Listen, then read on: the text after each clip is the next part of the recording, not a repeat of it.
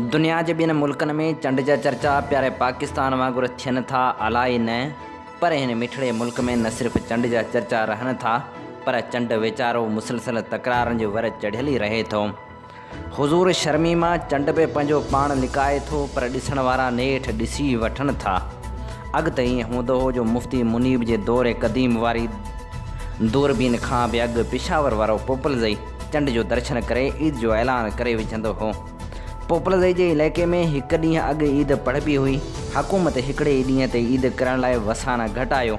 हिकु भेरे त पोपलज़ई खे पैसा ॾेई परॾेह मोकिले छॾियाऊं, तंहिं हूंदे बि क़ासिम मस्जिद वारनि चंड ॾिसी वरितो ऐं ईद हिकु ॾींहुं अॻु में थी वई। मौजूदा हुकूमत जे अचण बाद जॾहिं साइंस वारी वज़ारत फवाद चौधरी हवाले थी आहे, तॾहिं खां साइंसी तजुर्बा थिया हुजनि या न थिया हुजनि, पर चंड वारे तकरार वारो बहस सदाईं रहियो आहे। हूँ बि ॾिठो वञे त जॾहिं रमज़ानुल मुबारक जो 29हों रोज़ो इफ़्तार थिए थो त माण्हुनि जूं नज़रूं चंड जी तलाश बदिरां टीवी स्क्रीन ते हुजनि थियूं। इंतज़ारु इहो ई रहे थो त कंहिं वक़्तु मुफ़्ती मुनीब चंड नज़र अचण जो ऐलान कंदो।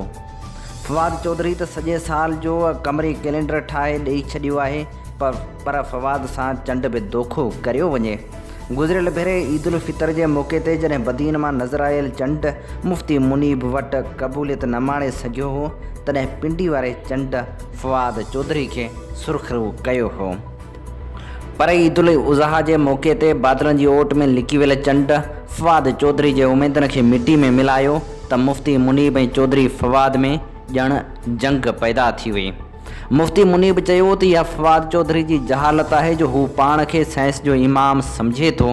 चंड बाबति तकरार पंहिंजी जाइ ते, पर असल तकरार छा ते आहे, इहो सुवाल अहम आहे।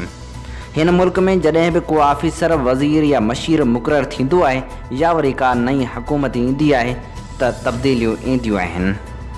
हर खाते में नए सिर जोड़जक थींदी आहे। चंड ॾिसणी कमेटी वारो इदारो वाहिद इदारो आहे जंहिंमें केतिरनि ॾहाकनि खां मुफ़्ती मुनीब मुक़ररु रहियो आहे। तब्दीली सरकार खेसि हाण तरीक़े सां हटाइणु चाहे थी। फवाद चौधरी वाज़ह नमूने चई चुको आहे त रुॻो चंड ॾिसण ते 40 लख ख़र्च अचे थो। शायदि इहो ख़र्च बचाइण लाइ चंड ॾिसणी कमेटी जी नए सिर जोड़जक थींदी, जंहिं लाइ मज़हबी मामलनि वारी वज़ारत क़ानूनी मसवदो तयारु करे क़ानून वारी वज़ारत ॾांहुं उमाणे बि छॾियो आहे, जंहिंजी मंज़ूरी खां पोइ उहो मसवदो काबीना खां मंज़ूरु कराए असेंबली में पेश कयो वेंदो। हुकूमत इहो बि फ़ैसिलो कयो आहे त पाण मुरादो चंड या ईद जो ऐलान कंदड़ ते ॾंड विधो वेंदो। न सिर्फ़ु ॾंड विधो वेंदो, पर ईद या चंड जो ऐलान कंदड़ खे जेल में क़ैद बि काटणो पवंदो।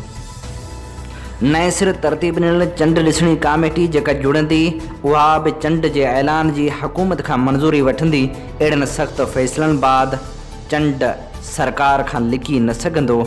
ईद वज़ीरनि मशीरनि जी मंशा मूजिबि थींदी ऐं इहो तकरार ख़तमु थिए न थिए, को ॿियो तकरार जनम वठण जो इम्कानु वाज़ह आहे।